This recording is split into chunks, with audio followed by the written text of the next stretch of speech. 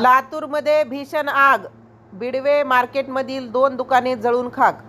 Short सर्किटमुळे cylinder भडकले. पहाटेच्या सुमारास लातूर शहरातील अशोक हॉटेल चौकाजवळील बिडवे मार्केट कॉम्प्लेक्समध्ये अचानक आग लागली. कॉम्प्लेक्समध्ये असलेल्या कुरिअर कार्यालयातील पार्सल्स काही क्षणातच पेट घेतले. आगीचा फैलाव होताच लगतच्या कटिंगच्या दुकानालाही आग लागली. नवीन टाकलेले हे दुकान पूर्णपणे जळून खाक झाले असून लाखो रुपयाचे नुकसान झाल्याचा अंदाज आहे.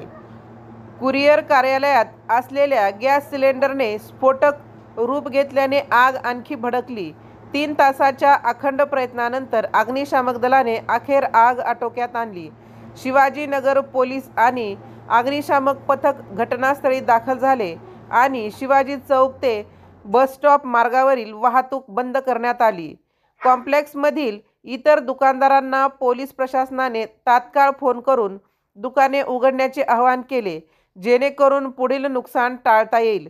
सुदैवाने या घटनेतील कोणतीही जीवितहानी झालेली नाही, मात्र मालमत्तेचं मोठं नुकसान झालं आहे. राजमंत्र न्यूजसाठी सुधाकर फुले, लातूर.